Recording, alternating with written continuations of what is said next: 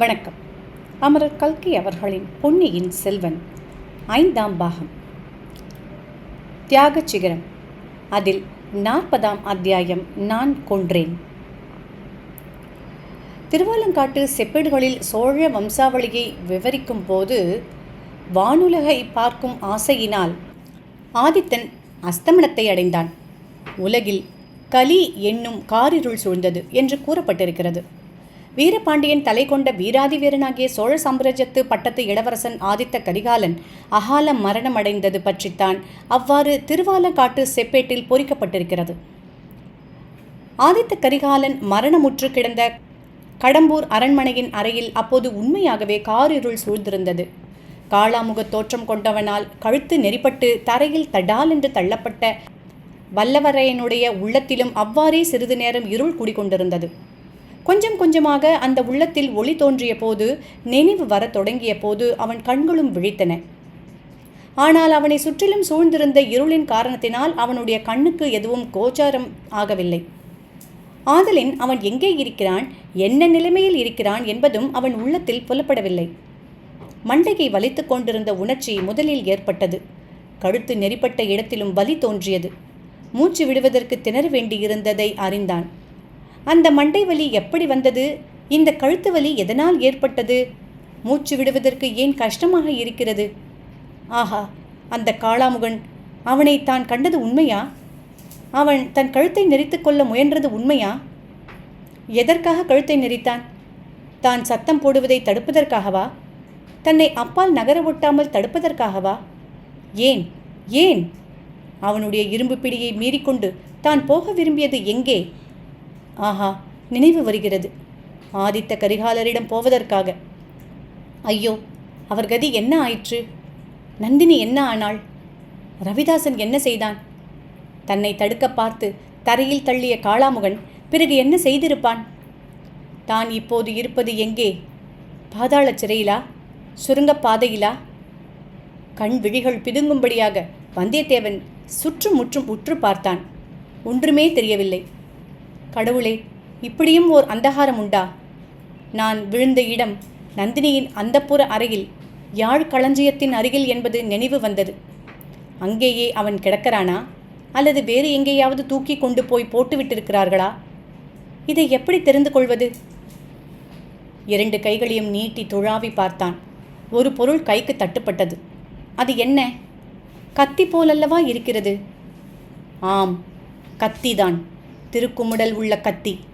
சாதாரண கத்திகளை விட மிக சக்தி வாய்ந்தது. எவன் பேரிலாவது பாய்ந்தால் அவன் செத்தான்.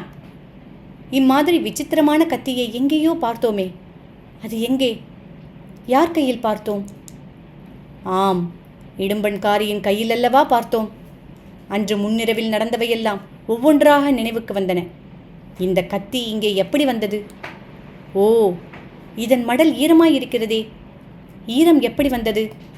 தண்ணீரா? இல்லை எண்ணெயா? அதுவும் இல்லை. இரத்தமாகத்தான் இருக்க வேண்டும். ஐயோ, யாருடைய இரத்தம்? ஒருவேளை தன்னுடைய இரத்தமேதானோ? வந்தியத்தேவன் தன் பின்மண்டையை தொட்டு பார்த்து கொண்டான். கழுத்தை தொட்டு பார்த்து கொண்டான். அங்கேயெல்லாம் வலித்ததே தவிர இரத்தம் வந்ததாக தெரியவில்லை. உடம்பில் வேறு எங்கும் கத்தி காயத்தின் வலி இல்லை. பின் இந்த முருகு கத்தியின் மடல் யாருடைய இரத்தத்தை குடித்துவிட்டு இங்கே நம் அருகில் கிடக்கிறது? இதனால் அவன் யாரையும் காயப்படுத்தவில்லை. இதற்கு முன் அவன் கையினால் அதை எடுத்ததும் இல்லை. பின்னே யார் அதை உபயோகப்படுத்தி இருப்பார்கள்? இடும்பன்காரியாயிருக்குமா? அவன் யார் மேல் இதை பிரயோகப்படுத்தியிருப்பான்? ஒருவேளை இடும்பன்காரிதான் அந்த பயங்கர தோற்றம் கொண்ட காளாமுகனின் வேடத்தில் வந்தானா? இல்லை இல்லை, அப்படி இருக்க முடியாது. இடும்பன்காரி அவ்வளவு நெடுதுயர்ந்த உருவம் கொண்டவன் அல்ல. இது என்ன? காலடி சத்தமா? யாராவது வருகிறார்களா? பேசாமல் இருக்கலாமா? குரல் கொடுக்கலாமா? வருகிறவர்கள் கையில் விளக்குடன் வரக்கூடாதோ? எங்கே இருக்கிறோம் என்றாவது தெரிந்து கொள்ளலாம் அல்லவா? இருட்டில் தெரியாமல் தன்னை மிதித்துவிடப் போகிறார்களே. இந்த எண்ணம் தோன்றியது. வந்தியத்தேவன் சட்டென்று எழுந்து உட்கார்ந்தான். கையில் அந்த சிறிய கத்தியை ஆயத்தமாக வைத்துக்கொண்டு யாரங்கே என்று கேட்டான். அவனுடைய குரல் ஒலி அவனுக்கு அளவில்லாத வியப்பை அளித்தது. அதை அவனாலேயே அடையாளம் கண்டுகொள்ள முடியவில்லை. அவனுடைய குரலாகவே தோன்றவில்லை. அந்த காளாமுகன் பிடித்த பிடியினால் அவனுடைய தொண்டைக்கு இந்த கேடு நேர்ந்திருக்கிறது. சத்தம் வெளியில் வருவதே கஷ்டமாயிருக்கிறது. மறுபடியும் ஒரு தடவை யாரெங்கே என்று உரக்கச் சத்தமிட்டு கேட்க முயன்றான். ஏதோ அதுவும் ஓர் உருமல் சத்தமாக வந்ததே தவிர குரல் ஒலியாகவே தோன்றவில்லை. மீண்டும் காலடி சத்தம் விரைவாக கேட்டு நின்றது. வந்தவர் அவனுடைய குரலை கேட்டு பேயோ பிசாசோ என்று பயந்து வந்த வழியே திரும்பி போய்விட்டார் போலும். இதை எண்ணி வந்தியத்தேவன் சிரிக்க முயன்றான். சிரிப்பு குரலும் அம்மாதிரி உருத்தெரியாமலேயே தான் தோன்றியது. சரி, இனி உட்கார்ந்திருப்பதிலோ காத்திருப்பதிலோ பயனில்லை. எழுந்து நடந்து எங்கே இருக்கிறோம் என்று சோதித்து பார்க்க வேண்டியதுதான். எழுந்து நின்றான். கால்கள் தள்ளாடின. ஆயினும் சமாளித்து கொண்டு நடந்தான். கைகளை எவ்வளவு நீட்டினாலும் ஒன்றும் தட்டுப்படவில்லை. தூரத்தில் ஏதோ சிறிது பளபளவென்று தெரிந்தது. ஆஹா, அது நிலைக்கண்ணாடி போலல்லவா இருக்கிறது. அதில் எங்கிருந்தோ மிக மெல்லிய ஒளிக்கிரணம் ஒன்று பட்டதினால் அது பளபளக்கிறது. ரவிதாசன் கையில் புலியின் உடலை எடுத்துக்கொண்டு நுழைந்த தோற்றம் அந்த கண்ணாடியிலேயே பிரதிபலித்தது வந்தியத்தேவனின் நினைவுக்கு வந்தது. சரி சரி, நந்தினியின் அந்தப்புற அறைக்குள்ளேதான் இன்னும் இருக்கிறோம். ஆனால் ஏன் இங்கே இப்படி இருள் சூழ்ந்திருக்கிறது? ஏன் நிசப்தம் குடிகொண்டிருக்கிறது? இந்த அறையில் சற்று முன்னால் இருந்தவர்கள் அத்தனை பேரும் என்ன ஆனார்கள்? இவ்விதம் எண்ணமிட்டு கொண்டே வந்தியத்தேவன் இருட்டில் தடிமாறிக்கொண்டு நடந்தான். வாசல்படி அருகில் போனால் ஒருவேளை வெளிச்சம் இருக்கலாம், அல்லது அங்கிருந்து வெளியேறி யாரையாவது கேட்டு நடந்ததை தெரிந்து கொள்ளலாம் என்று எண்ணிக்கொண்டு சென்றான். ஏதோ காலில் தடுக்கவே மறுபடியும் தடால் என்று விழுந்தான். ஆனால் இம்முறை ஏதோ மிருதுவான பொருளின் மீது விழுந்தபடியால் பலமாக அடிபடவில்லை. அந்த மிருதுவான பொருள் புலியின் தோல் என்று தெரிந்தது. ரவிதாசன் கையில் எடுத்துக்கொண்டு வந்து எரிந்த புலித்தோல் மீது அவன் விழுந்திருக்க வேண்டும். தடுமாறி விழுந்தபோது கையில் இருந்த கத்தி நழுவி விட்டது. அதை கண்டுபிடித்து எடுத்துக்கொள்வதற்காக கையை நீட்டி துழாவினான். கையில் மிருதுவாக ஏதோ தட்டுப்பட்டது. வந்தியத்தேவனுடைய உடம்பெல்லாம் நடுங்கியது. ரோமங்கள் குத்திட்டு நின்றன. நெஞ்சில் பீதி குடிகொண்டது. அப்படியும் இருக்க முடியுமா என்று எண்ணிக்கொண்டே மறுபடியும் தடவி பார்த்தான். ஆம், அது ஒரு மனித உடல்தான். அவன் கையில் தட்டுப்பட்டது அந்த மனிதனின் உள்ளம் கை. புலித்தோலை உடனே அகற்றி தூர எறிந்தான். பிறகு உற்று பார்த்தான். கண்ணாடியில் விழுந்த லேசான ஒளி பிரதிபலித்து கீழே கிடந்த உடலையும் சிறிது புலப்படுத்தியது. ஐயோ, இளவரசர் ஆதித்த கரிகாலர் அல்லவா கிடக்கிறார்? அவரல்ல, அவருடைய உயிரற்ற உடல்தான் கிடக்கிறது. வந்தியத்தேவனுடைய நெஞ்சு விம்மி தொண்டையை அடைத்து கொண்டது. கண்களில் அவனை அறியாமல் கண்ணீர் ததும்பியது. நடுநடுங்கிய கைகளினால் கரிகாலருடைய உடம்பின் பல பகுதிகளையும் தொட்டு பார்த்தான். சிறிதும் சந்தேகத்துக்கு இடமில்லை. உயிர் சென்றுவிட்ட வெறும் கூடுதான். அந்த உயிரற்ற உடம்பின் விலா பக்கத்திலிருந்து பெருகி பக்கத்தில் வழிந்திருந்த இரத்தம் அவனுடைய கைகளை நனைத்தது. அச்சமயம் அவனுக்கு குந்தவி பிராட்டியின் நினைவு உண்டாயிற்று. அந்த மாதரசி அவனை எதற்காக அனுப்பி வைத்தாளோ அந்த காரியத்தில் அவன் வெற்றியடையவில்லை. முழு தோல்வியடைந்தான். இனி அவள் முகத்தில் விழிப்பது எங்கனம்? அவனால் எவ்வளவு பிரயத்தனம் செய்ய முடியுமோ அவ்வளவும் செய்தாகிவிட்டது. ஆனாலும் பயன்படவில்லை. விதி வென்றுவிட்டது. இளவரசரின் உயிரற்ற உடலை எடுத்து தன்னுடைய மடியிலே போட்டுக்கொண்டான். மேலே என்ன செய்வது என்று தெரியவில்லை. சிந்திக்கும் சக்தியையே எழுந்துவிட்டான். சத்தம் போட்டு அலறுவதற்கு தொண்டையிலும் சக்தி இல்லாமல் போய்விட்டது. இளவரசர் இறந்துவிட்டார். ஒப்புக்கொண்ட காரியத்தில் நாம் வெற்றி பெறவில்லை. குந்தவையின் முகத்தில் இனி விழிக்க முடியாது என்னும் இந்த எண்ணங்களே திரும்ப திரும்ப அவன் மனத்தில் வந்து கொண்டிருந்தன. இவ்வாறு எண்ணிக்கொண்டு அவன் எத்தனை நேரம் அங்கே உட்கார்ந்திருந்தான் என்பது அவனுக்கே தெரியாது. தீவர்த்தி வெளிச்சத்துடன் மனிதர்கள் சிலர் அந்த அறையை நெருங்கி வருகிறார்கள் என்பதை கண்ட பிறகுதான் அவனுக்கு ஓரளவு சுய நினைவு வந்தது. கரிகாலருடைய உடலை தன்னுடைய மடியிலிருந்து எடுத்து கீழே வைத்துக்கொண்டு எழுந்து நின்றான். 10-12 ஆள்கள் முன்வாசல் பக்கம் இருந்து வந்தார்கள். அவர்களில் 2 தீவர்த்தி பிடித்து கொண்டிருந்தார்கள். மற்றும் சிலர் வேல் ஏந்தி கொண்டு வந்தார்கள். எல்லோருக்கும் முன்னால் கந்தமாறனும் அவனுக்கு அடுத்தாற்போல பெரிய சம்புவரையரையரும் வந்தார்கள். வந்தவர்கள் எல்லோருடைய முகங்களும் பயப்பிராந்தியை காட்டின. தீவர்த்தி வெளிச்சத்தில் பேயடித்தவர்களைப் போல காணப்பட்டார்கள். கந்தமாறனுடைய முகத்தில் மட்டும் கோபமும் மாத்திரமும் கொந்தளித்து கொண்டிருந்தன.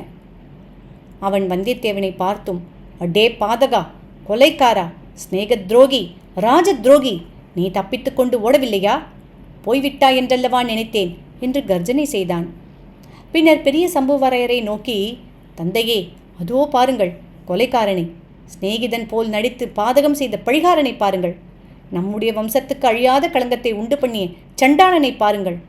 அவன் முகத் தோற்றத்தை பாருங்கள். அவன் செய்த பயங்கர குற்றம் அவன் முகத்திலேயே எழுதியுள்ளதைப் போல பிரதிபலிப்பதை பாருங்கள் என்றான்.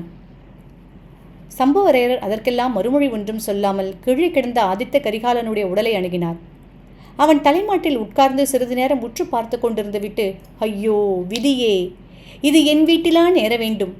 விருந்துக்கு என்று அழைத்து வேந்தனை கொன்ற பழி என் தலையிலா விடிய வேண்டும் என்று புலம்பிக் கொண்டே தமது தலையில் பட்டார் பட்டார் என்று அடித்துக்கொண்டு புலம்பினார். கந்தமாறன், தந்தையே, நம் குலத்துக்கு அந்த பழி ஒரு நாளும் வராது. இதோ கொலைக்காரனை கையும் மெய்யுமாக பிடித்திருக்கிறோம். இவன் இளவரசரை கொல்வதற்கு உபயோகித்த கத்தி அதோ கிடப்பதை பாருங்கள். அதில் இரத்தம் தோய்ந்திருப்பதை பாருங்கள். முன்னால் நான் வந்து பார்த்தபோது இவன் இல்லை, கத்தியும் இல்லை. ஓட பார்த்து முடியாமல் திரும்பிவிட்டான். ஒருவேளை இளவரசர் உடம்பில் உயிர் ஒட்டி கொண்டிருக்கிறதோ என்று பார்க்க வந்தான் போலும். கத்தியால் குத்தியது போதாதென்று தொண்டையை திருகிவிட்டு போக வந்தான் போலும். தந்தையே, இப்பேற்பட்ட மகாபாதகனுக்கு, சதிகார துரோகிக்கு என்ன தண்டனை கொடுப்பது? எது கொடுத்தாலும் போதாதே என்று கந்தமாறன் பேசிக்கொண்டே போனான். வந்தியத்தேவன் ஏற்கனவே தொண்டை நெறிந்து பேச முடியாதவனாயிருந்தான். கந்தமாறனுடைய வார்த்தைகள் அவனை திக்பிரமை கொள்ளச் செய்தன. தன்னை பிறர் கொலைகாரனாக கருதக்கூடிய நிலையில் தான் இருப்பது அப்போதுதான் அவனுக்கு தெரிய வந்தது. இளவரசனை குத்தி கொன்ற குற்றத்தையல்லவா இந்த கந்தமாறன் தன்மீது சுமத்துகிறான். முன்னே இவன் முதுகில் நான் கத்தியால் குத்தியதாகச் சொன்னான். இப்போது இளவரசரை நான் கொன்றுவிட்டதாகவே சொல்கிறான். நம் நிலை அப்படி இருக்கிறது. ஆஹா, அந்த பழுவூர் மோகினி, அழகே வடிவான விஷப்பாம்பு, இதற்காகவே திட்டமிட்டிருந்தாள் போலும். இதற்காகவே தன்னை சில முறை காப்பாற்றினாள் போலும். குந்தவி பிராட்டியின் பேரில் இவளுக்கு உள்ள துரோகத்தை இவ்விதம் தீர்த்து கொண்டாள். ஆஹா, அந்த சௌந்தரிய வடிவம் கொண்ட பெண் பேய் எங்கே? எப்படி தப்பித்தாள்? காரியம் முடிந்ததும் மந்திரவாதி ரவிதாசன் முதலியவர்களோடு சுரங்க வழியில் தப்பி ஓடிவிட்டாள் போலும். இவ்வாறு எண்ணமிட்ட வந்தியத்தேவன் சிந்தனை சட்டென்று இன்னொரு பக்கம் திரும்பியது. ஆதித்த கரிகாலரை தான் கொல்லவில்லை என்பது நிச்சயம். ஆனால் வேறு யார் கொன்றிருப்பார்கள்? நந்தினியா, அல்லது ரவிதாசனா, அல்லது காளாமுகனா? ஒருவேளை தான் நினைவு மறக்கும் தருவாயில் ஒரு கணம் தோன்றி மறைந்த மணிமேகலையாகத்தான் இருக்குமோ? அல்லது இந்த முறுக்கு கத்தியை எடுத்து வந்தவனான இடும்பன்காரியாக இருக்குமோ? ஒரு கால் கந்தமாறனே தான் நந்தினி மேல் கொண்ட மோகத்தினால் இந்த படுபாதகத்தை செய்துவிட்டு நம் பேரில் பழியை போடுகிறானா? அல்லது நந்தினி சொல்லிய அதிசயமான ரகசியத்தை கேட்டுவிட்டு தன்னைத்தானே நொந்து கொண்ட ஆதித்த கரிகாலர் தற்கொலை செய்து கொண்டு இருந்தாரா?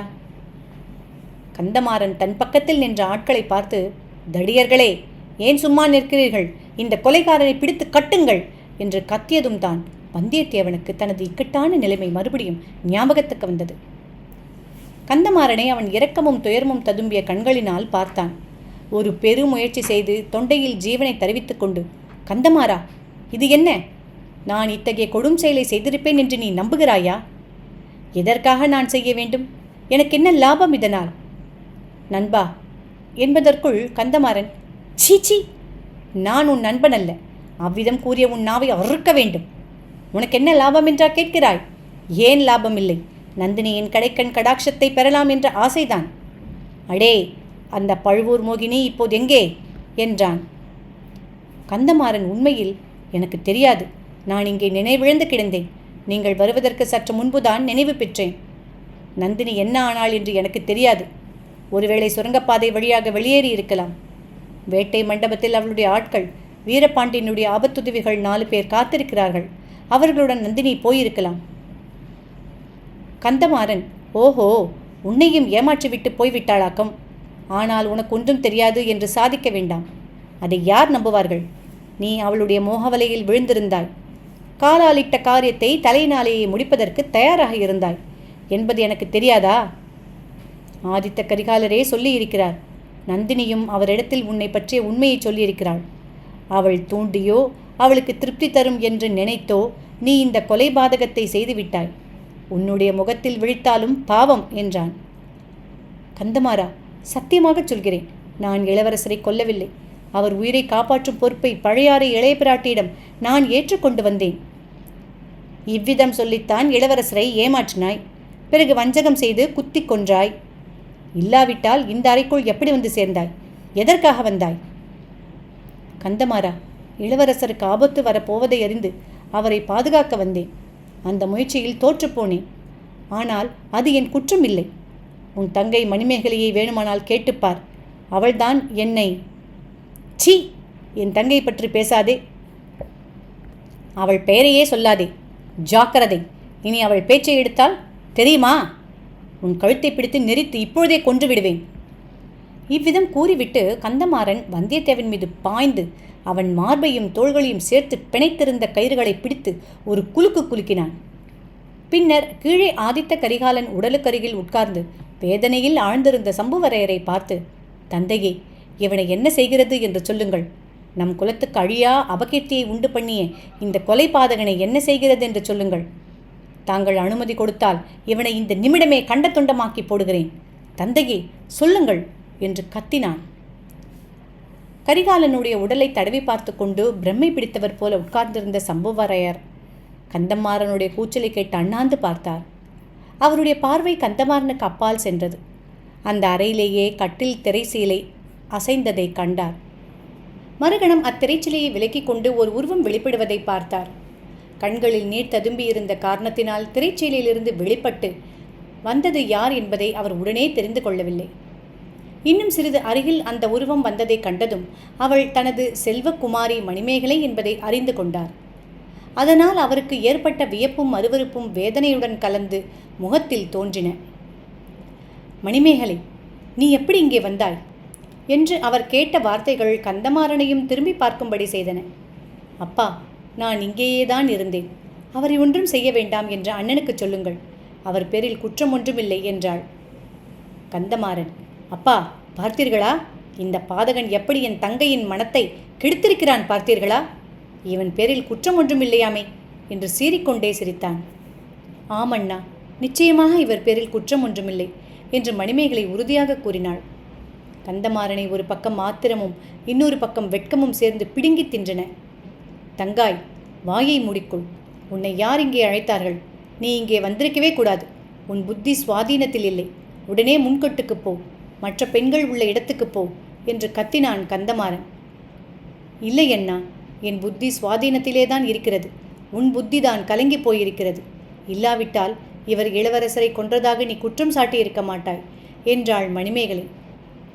கந்தமாறன், அறிவு கட்டவளே, இந்த கொலை பாதகனுக்கு நீ ஏன் பரிந்து பேசுகிறாய் என்றான். அவர் கொலை பாதகர் அல்ல, அதனால்தான் என்றாள் மணிமேகலை. கந்தமாறன் ஆத்திர சிரிப்புடன், இவன் கொலை பாதகன் இல்லை என்றால் பின்னே யார்? இளவரசரை கொன்றது யார்? நீ கொன்றாயா என்றான். ஆம், நான் தான் கொன்றேன். இந்த வாளினால் கொன்றேன் என்றாள் மணிமேகலை. இந்த வார்த்தைகளை கேட்டு அங்கே இருந்தவர்கள் அவ்வளவு பெரும் திகைத்து போனார்கள். அவர்கள் ஒருவர் முகத்தை ஒருவர் வியப்புடன் பார்த்து கொண்டார்கள். ஒரு கண நேர திகைப்புக்கு பிறகு கந்தமாறன் வந்தியத்தேவனை விட்டுவிட்டு மணிமேகலை அண்டை பாய்ந்து ஓடினான்.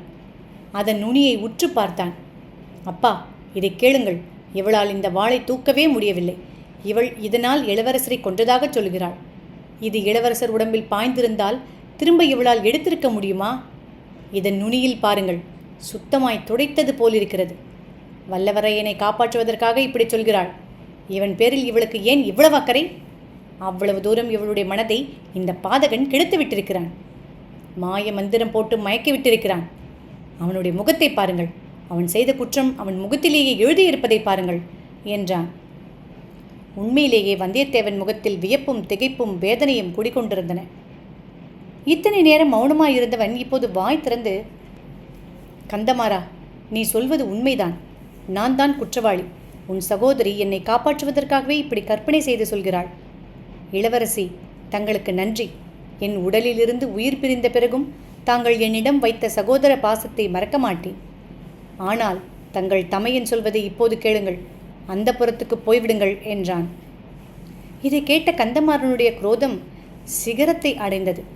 முன்னமே சிவந்திருந்த அவன் கண்கள் இப்போது அனலை கக்கின. அடேய், எனக்காக நீ சிபாரிசு செய்யும் நிலைமைக்கு வந்துவிட்டதா? நான் சொல்லி கேட்காதவள் நீ சொல்லித்தான் கேட்பாளா இவள் உன்னிடம் அவ்வளவு சகோதர வாஞ்சை வைத்திருக்கிறாளா? இவள் என்னுடன் பிறந்தவளா, உன்னோடு பிறந்தவளா? என்னை காட்டிலும் உன்னிடம் இவளுக்கு மரியாதை அதிகமா? அதிகேன். என்ன மாயமந்திரம் செய்து இவள் மனத்தை அவ்விதம் கெடுத்து விட்டிருக்கிறாய்? உன்னை நான் கொல்வதற்கு இதுவே போதுமே. இதோ உன்னை யமனுலகம் அனுப்பிவிட்டு மறுகாரியம் பார்க்கிறேன். உன் அருமை சகோதரி கையில் வைத்திருந்த வாளினாலேயே உன்னை கொல்கிறேன். அது உனக்கு மகிழ்ச்சி தரும் அல்லவா?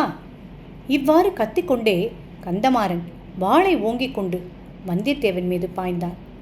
இதோடு இந்த அத்தியாயம் முடிவுற்றது.